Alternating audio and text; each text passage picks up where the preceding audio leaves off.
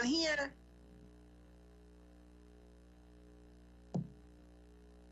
Okay.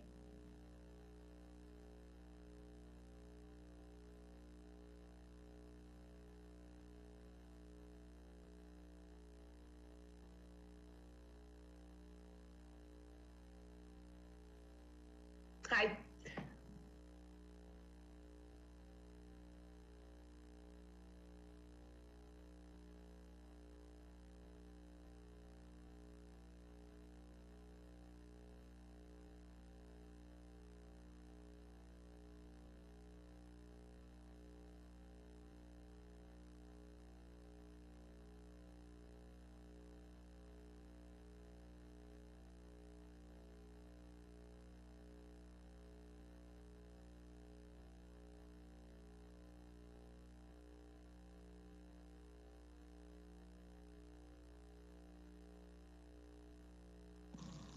Hi, Kev, you hear me?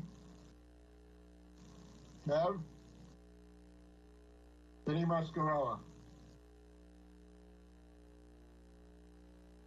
Okay, just want to make sure I'm logged in, that's all, I'm here. All right, I'm gonna shut off. Happy New Year if I don't, it's a pleasure. Thank you very much. All right, take care.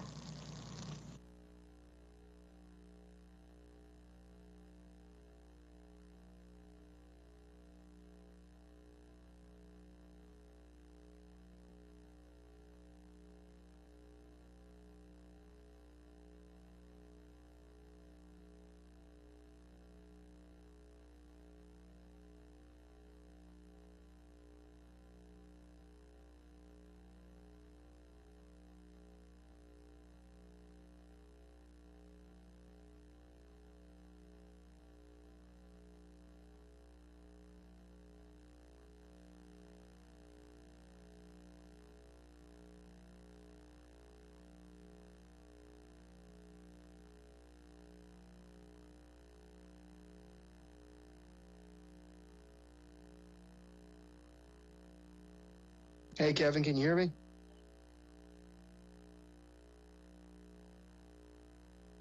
I can hear you. All right, thanks.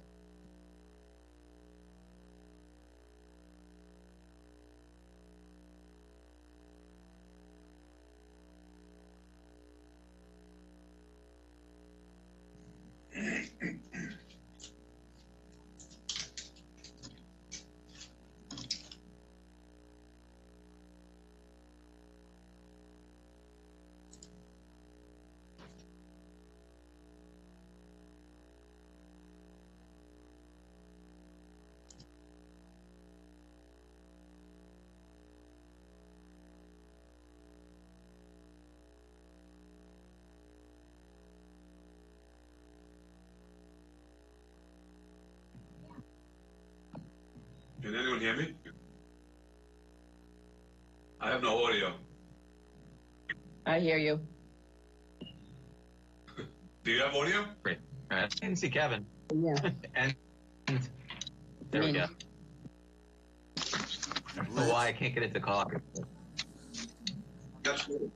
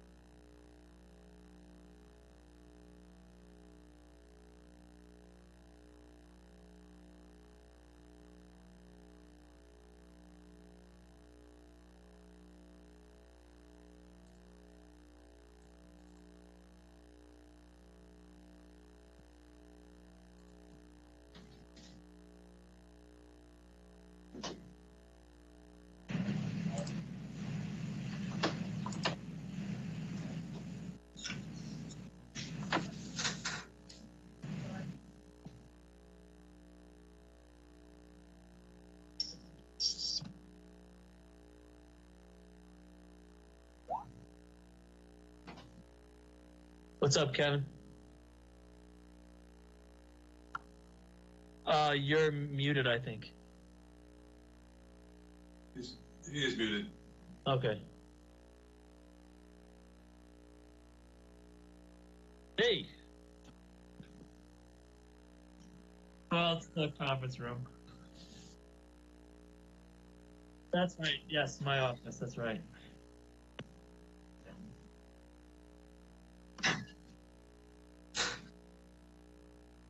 Trying to line up.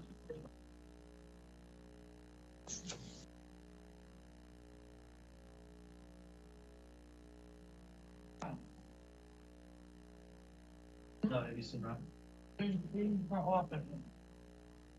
We're on.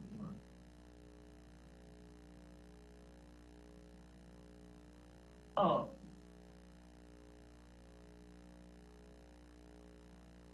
Well, we're just trying to line stuff up right now. Yeah. Yeah, you get it's all right. Thank you. Wait, you should. Shut this. Hey, Kathy's just. How is she? No, they've seen it before. They've seen people walk in to get their lunch. Right.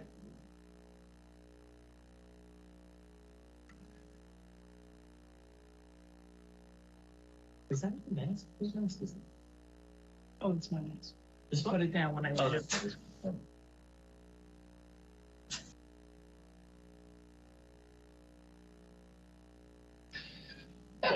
It happens all the time. Shut up. But you hear the song? Yes. Let's start angled there. Well, I don't. I'm gonna put us on mute so they don't have to hear out everything that you said, but I don't think everybody's in yet.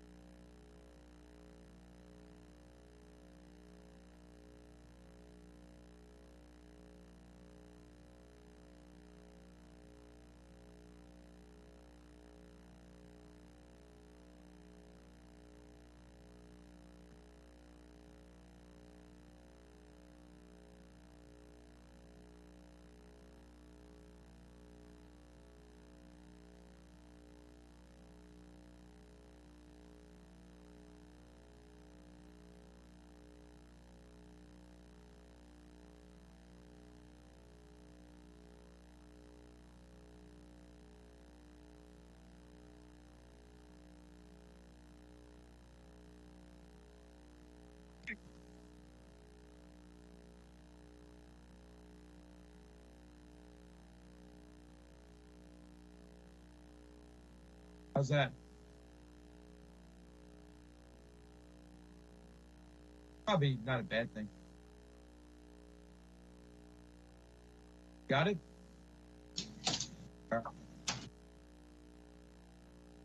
Okay.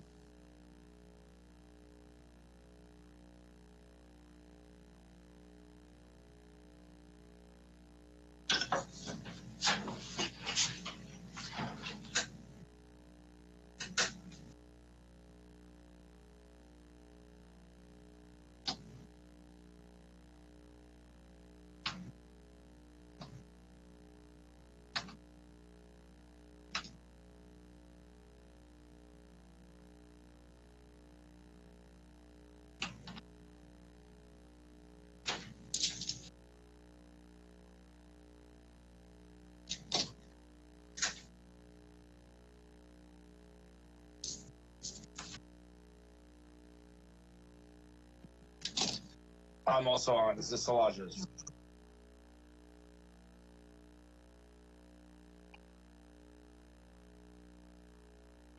Captain,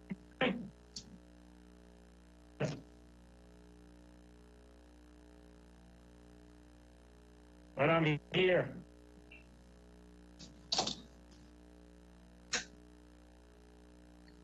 Okay, all I have to say is present.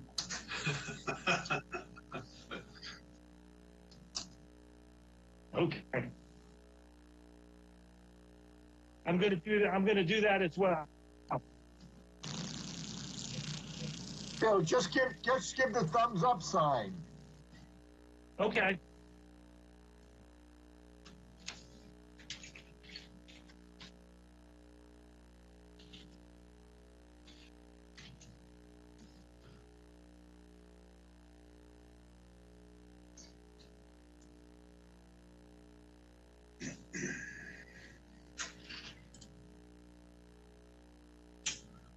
So, are we ready to go?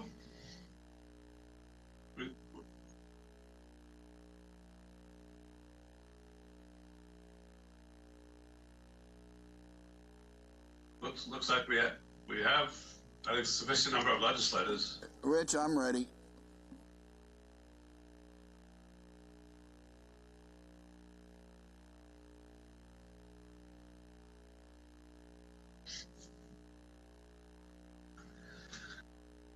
Okay, I'd like to call this emergency meeting of the legislature to order and ask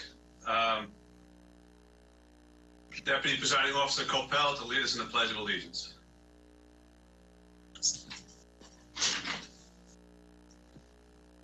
To America and to the republic for which it stands, nation, under God, indivisible, with liberty and justice for all. Mike, can you call the roll, please? Thank you, Presiding Officer. Roll call. Deputy Presiding Officer Howard Coppell. Alternate Presiding Officer Denise Ford. Here. Thank you. Legislator Sheila Bino. Miss Bino, we'll come back there. Legislator Carrier Solage. Here. Thank you. Legislator Deborah Muley. Here. Thank you. Legislator C. William Gaylord III. Present. Thank you. Legislator Vincent Muscarella. Here. Legislator Ellen Birnbaum. Here. Thank you. Legislator Delia DeRigi Witten. Okay, we'll come back there. Legislator James Kennedy. Here. Legislator Thomas McKevitt. Here. Thank you. Legislator Laura Schaefer. Here. Legislator John Ferretti. Here. Legislator Arnold Drucker. Legislator Rosemarie Walker. Here. Legislator Joshua Lafazan. Here. Thank you. Legislator Stephen Rhodes. Present. Minority Leader Kavan Abrahams. Presiding Officer Richard Nicolello. Here. Presiding Officer, may I call perhaps the people that didn't answer just one more Sure. time? Sure, then give us a number in terms of how many are here. Okay. Legislator Sheila Bino. Legislator Delia DeRigi Witten. Legislator Arnold Drucker. Legislator Josh Lafazan. He's here, sorry. Oh, Legislator Kavan Abrahams. Okay, my count would be 14. Okay. I thought I had 15. Sorry? I thought I had didn't call. 15. I didn't call the presiding officer yet. Presiding You did. officer Richard Nicolello. Here. Thank you. So that's 15, correct? That is correct. Okay. All right. Could you do me a favor? Please call the resolution, Yes, sir, I will. the emergency. Emergency resolution. An emergency resolution declaring an emergency for immediate action upon and resolution authorizing the county assessor to grant exemptions from eligible property owners under section 467 and 459C of the real property tax law for the 2022-2023 assessment roll and dispensing of the requirement to file a renewal application for the 2022-2023 assessment roll pursuant to Executive Order number 11. Okay, we need a motion to establish the emergency. Moved by Legislator Walker, seconded by Legislator McKevitt. Any questions on the emergency?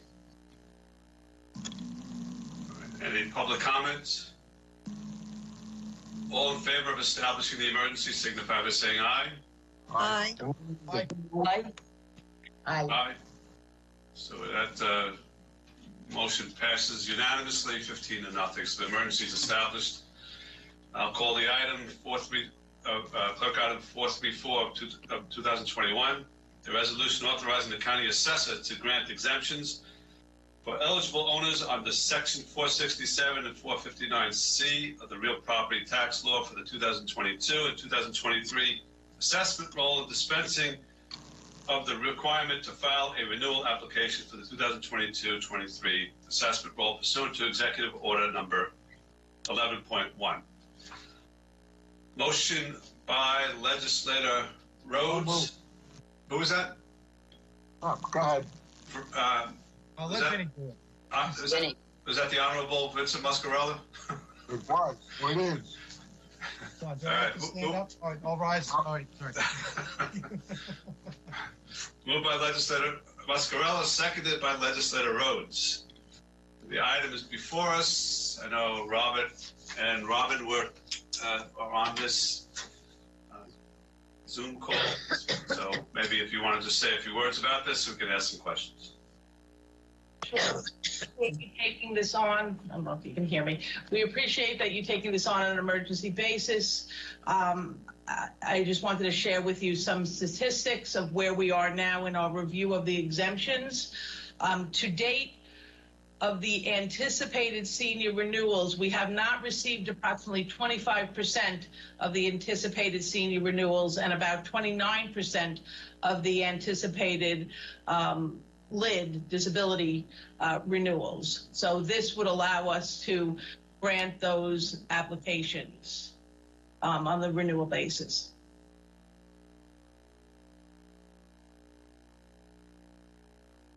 I'm sorry, could you just tell us a little bit about your procedures in terms of verifying whether someone has passed away, someone has moved, and things of that nature? We are provided lists by New York State of their death index. So we will be running all our renewals through the death index statistics, as well as we will be, we receive the 5217 information from the county clerk. So we'll be checking deeds as well as to see if there have been any transfer of any of the properties.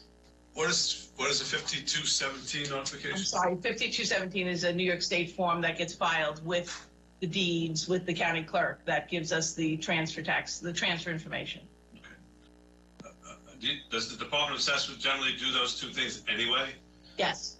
So beyond what you customarily would do, are you doing anything else to verify whether this, whether the person is still eligible in terms of income, whether they've moved, or et cetera?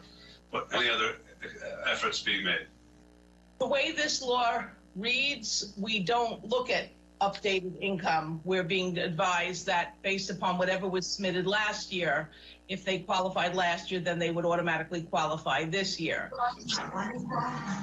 So we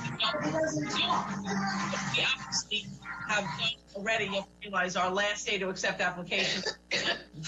So, this law was really passed for the rest of the state and the rest of the state's time frame. This is really going to help the people who have yet to submit an application between now and Monday. So, but the income and all that is based upon last year's numbers. So if they qualified last year, then they would qualify this year. But what we're looking to do is remove anyone who might not be entitled based upon residency or age or drinking laws. Okay, someone has to unmute.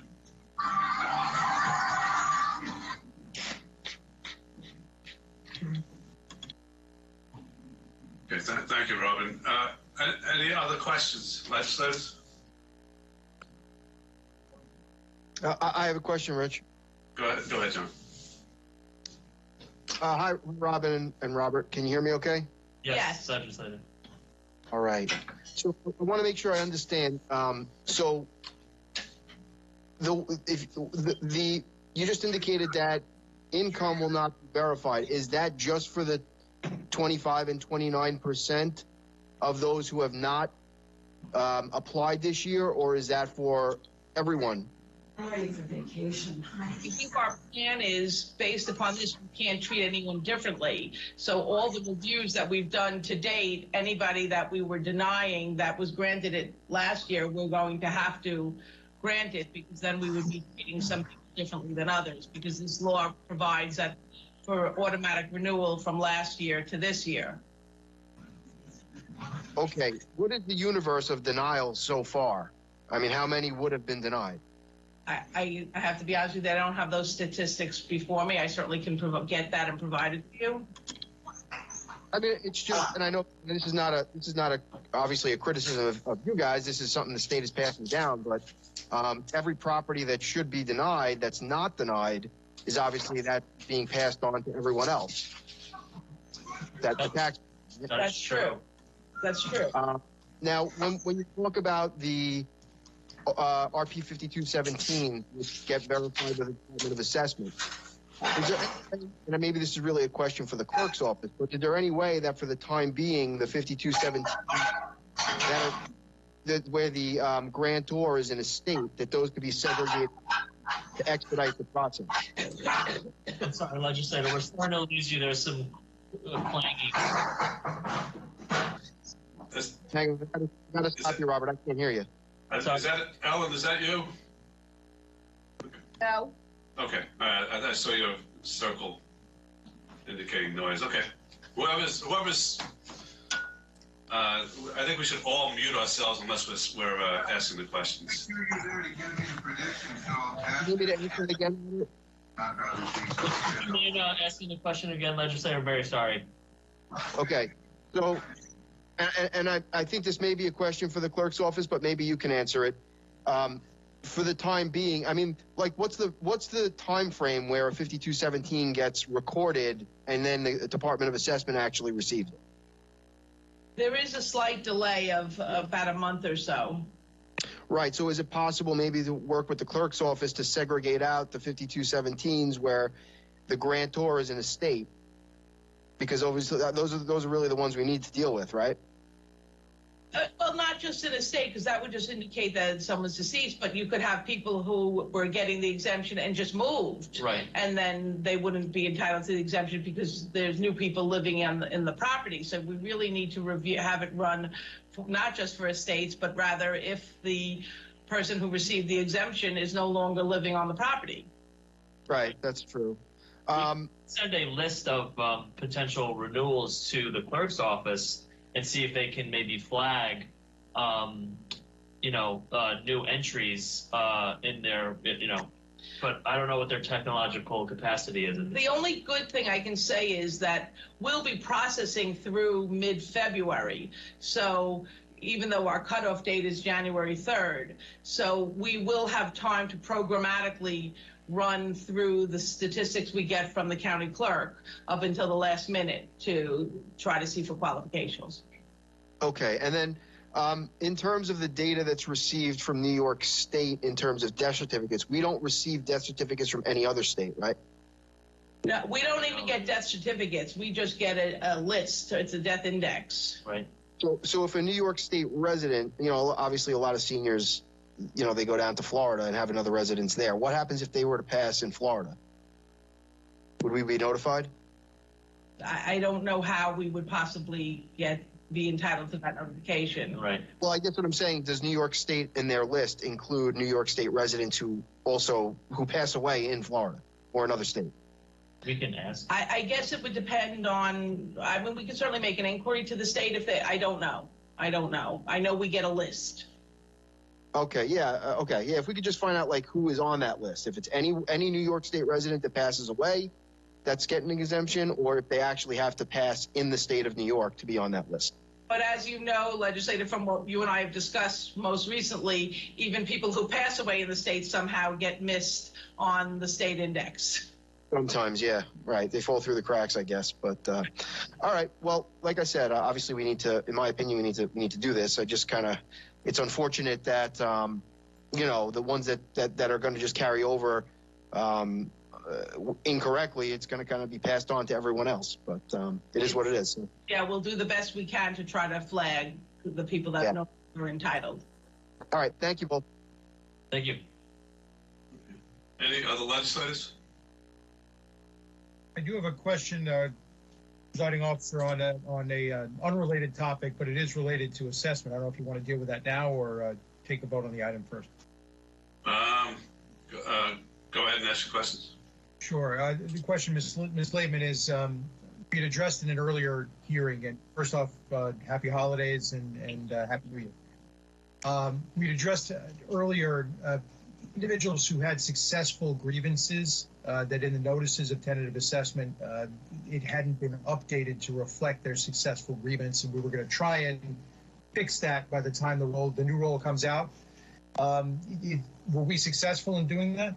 I will tell you the good news. The plan for the roll on Monday, we're in our final stages of QC, is that the roll that's going to be published on Monday is a paused roll. It will be essentially tentative 22-23, and we'll be incorporating any reductions from 21-22, which is the last year of any reductions. So whatever is the lowest would be what will be published, either the lower of the 22-23 tentative roll or the lower of the 21-22 reductions. I think the only thing that Robin and I would indicate is that the court did schedule SCAR hearings later in the year than we expected.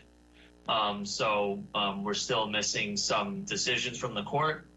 Nothing that we can do about it. I know the court is very busy, and you know they have their own issues that they're dealing with. So there will be some SCAR hearings that do receive reductions that will not make it onto the roll. So in order for those to be adjusted, those individuals will still have to participate in the grievance process, but I would assume that we will accept their grievance unless they're challenging it for an amount greater than the reduction that they received as a result of the judgment. Well, I can't speak for ARC anymore. Right. Okay. Yeah. But I would assume that ARC would certainly take that into account. Do we know the total universe? I'm sorry? Do we know the total universe of judgments that we're still waiting on? I think it's less than 3,000. Yeah. Okay. All right, thank you. Thank you. Okay, any other legislators? Rich, could I just ask a quick question? Certainly. I just want to verify so I have it straight. So anyone who received this exemption last year, even if they had applied and were denied, they had sent in a renewal and they were denied, they will get, because their income went up or something, they will still get the exemption because you can't, wait, all right. No. So if they were already denied, they're not going to get it. I would recommend they apply again, and we can take a look at their application again if they would like. But we're only the renewal law is only going to apply to people who were granted the exemption last year. Will automatically be granted the exemption this year. Right.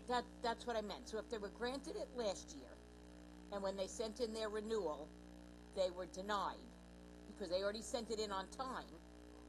Nobody got denials yet, so. that couldn't be. So nobody should have had them there. So all those people Haven't made any decisions as of yet. It is possible that people submitted applications and we responded to them that they were missing information, for example, and we requested additional information. Those people, if they got it, were granted last year, don't need to now send in the additional information because they will automatically be renewed. So then have it right in my head that anyone who received this exemption before, whether they sent in a renewal application or did not, they will get the exemption this year.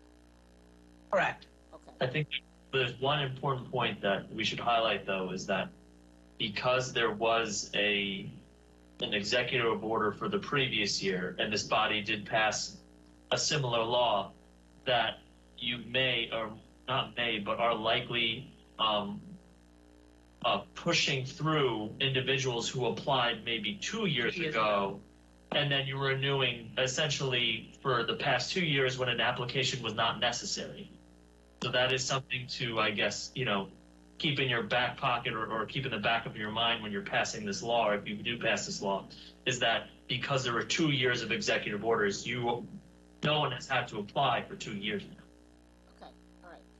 Now, I know you said you would... Right, except for new individuals. Right. I know you said you would still be reviewing all the information and so on and so forth. So now when you, in that process of reviewing, if you find that a homeowner who was getting this exemption before would have been a renewal, but now they since have passed or they moved or whatever, and you find that out, then that homeowner will then be notified because now they don't even fall into this category? Or They will say, if they did not submit an application, they won't be notified of anything. They'll just be, we will not be renewing an exemption because it won't, they won't. It doesn't apply to that, because the person who would have been renewing no longer lives in that home. Correct. Okay, all right. Just wanted to make it straight in my head.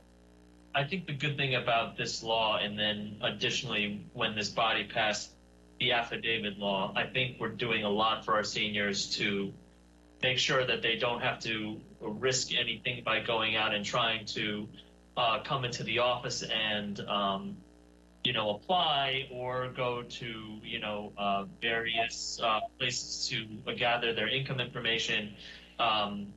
So you are scooping a lot of seniors into this accepted category. But like I said before, it's something to consider, the fact that at this point you haven't had to apply for 2 years when you're passing this law.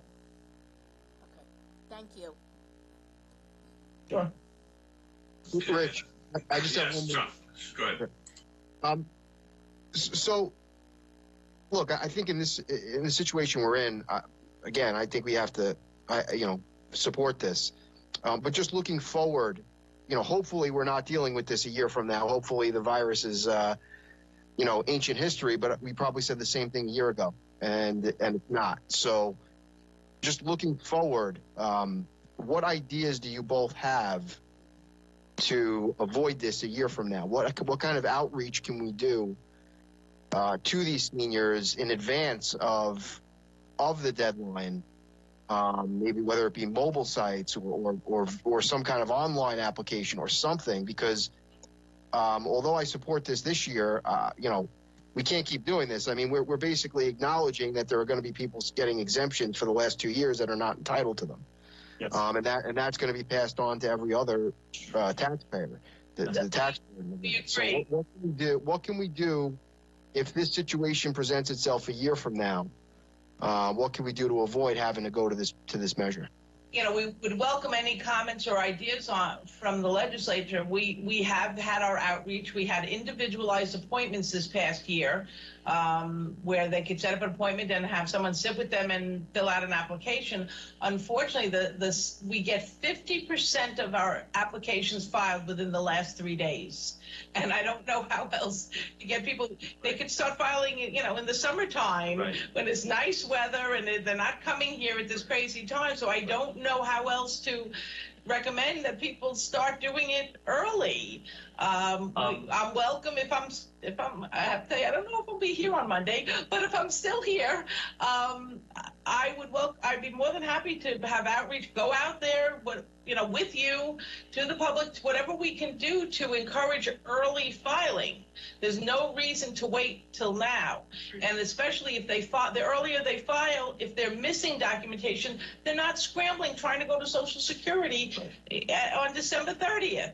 Right, but Rob, I think the issue is we're doing this because people, the theory is that people are concerned that they would have to go into the Department of Assessment to do this, right? If they haven't already done one of the, applications at one of the meeting sites, right? They have to do this in person, right? There's no other way to do it online? You can mail it, you mail your information in. I think a lot of individuals just like coming into the office and dropping it off, or if they have a question or anything. I mean, I think one of the procedures that we push in the department is third-party notification. I think that's a really great tool that we should continue to push. And we did send out notices to a third party saying, just so you know, the person you're a third party notification for did not file. Right. We did send that out sometime in November. Right. We've sent, to Robin's point, multiple letters, but I think, I'm in a similar position as Robin. I don't know what my position is as of January 1, but what I would recommend to the county executive-elect would be to, continue to try to push these early mailings and maybe, further enhance the third-party notification program. Also, one of my goals, assuming I'm here, is to do like I did with ARC and have an online filing system so that, even if the seniors can't necessarily do it themselves, they have family members that can assist. We can certainly have outreaches focusing on that. I think we can capture some audience. We might not capture all of it, but we certainly can capture some audience with online filing. They could download their documents just like at ARC. So that, my goal is to get this department more into the 21st century and starting to scan things, et cetera. Right now, this is a very paper-oriented department. So that would be one of the plans moving forward. Yeah, I can attest to Robin pushing a lot of finances. I think it's a good idea for this department. Yeah, thank you both for that. And I guess my main point is I like the ideas that you just had, but I think that 2 years is kind of the limit here on how long we could just continue exemptions without any verification. So we definitely need to do something and be prepared for a year from now. So thank you both for those ideas, and I'll be voting in favor of this. Thanks. Thank you. I just would note, we at least in the majority, send out a mail each year.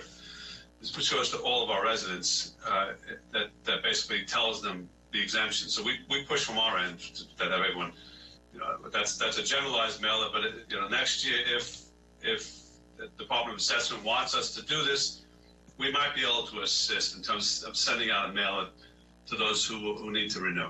So I mean, we can all contribute to this effort.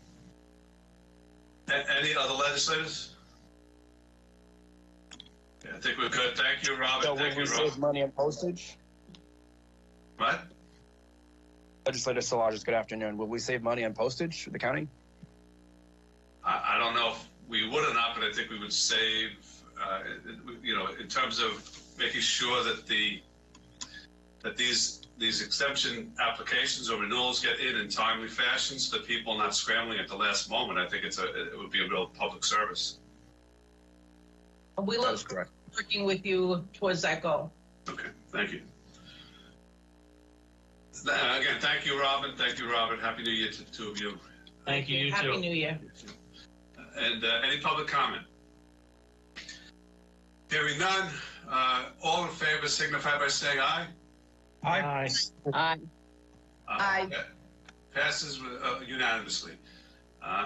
Before we close, just wanted to thank our staff who came in, obviously Kevin, council, and all of the staff who helped put this together, obviously in the last couple of days before the end of the year, as well as the Department of Assessment staff being there for us. And I wish everybody a happy and healthy New Year. Happy New Year. Thank you. Happy New Year. Happy New Year. Thank you. Happy New Year, everybody. Happy New Year. Happy New Year. Sound excited, man? I am. I'm gonna miss you guys. Somebody's making a motion to adjourn? Here's Vinny. So moved. All right. Motion to adjourn, second. Second, by legislator Rhodes. All in favor, signify by saying aye. Aye. Aye. Those opposed? Carries unanimously.